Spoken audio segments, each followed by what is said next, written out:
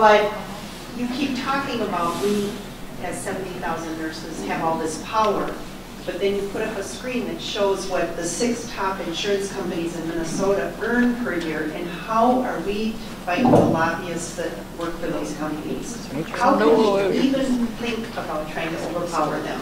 That's a great, because that's, you know, I'm sorry, I've been a lobbyist for 30 years, and if you'll forgive me, one of my favorite phrases, I've never used it with Senator Markey, of course, one of my favorite phrases to punctuate the conclusion of any conversation, which I don't like the end of, is the phrase, "I will unelect your ass." One of the things I've been involved with in our own county in the last few years is a free clinic. I'm a volunteer at the clinic and I help to establish it.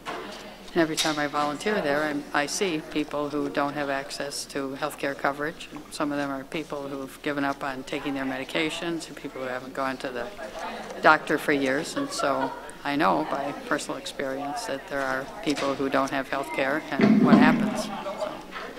My concern about the lack of access for health care, need for primary prevention, and I came here because I thought you might have the answers.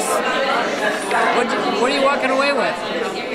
I'm walking away with there's a lot more I need to know about how the insurance companies work and what are some practical political action strategies we can use. I'm hoping that's addressed in the next session.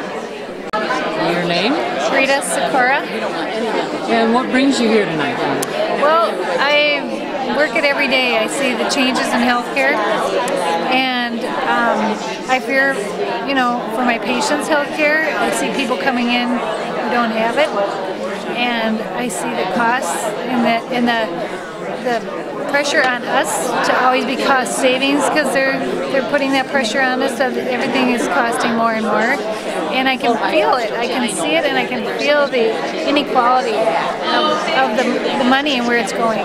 We're a good representative of what is happening, and to represent our patients and ourselves to correct this. I think we'd be great advocates for that. Because I'm not seeing more people, my colleagues here, and the ones I invited, I just really want to let them know we have to get involved, and don't think that it doesn't affect you and it won't affect you.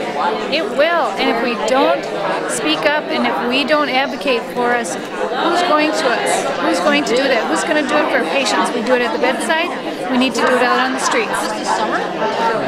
The truth, and we have the ability to talk to people and to educate each other. And I think that you have the patient stories, so the thing that I didn't get to say that I meant to say is, as nurses, you are incredibly powerful because you spend way more time with patients than doctors do, really, as a whole, especially if you're an inpatient nurse.